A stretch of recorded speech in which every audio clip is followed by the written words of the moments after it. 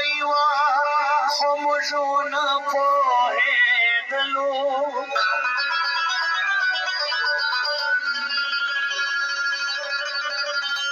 چې راغله د خیبر نه پر اټک ورسېده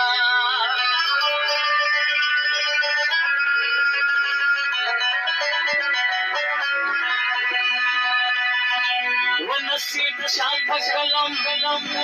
شاته کتاب په لاس یې ورکړ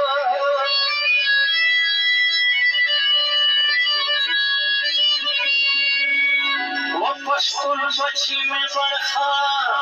د ټوپک ورسېده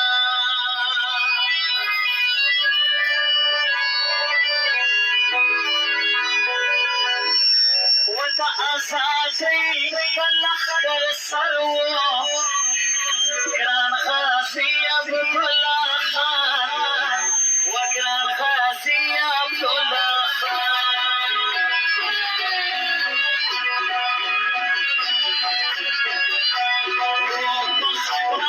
سګزای ټول د کاندان نشان په خټه سګزای ټول د کاندان نشان غازي عبدالله خان غازي عبدالله خان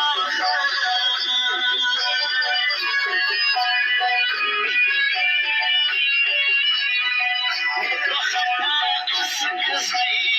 ټول د کاندان نشان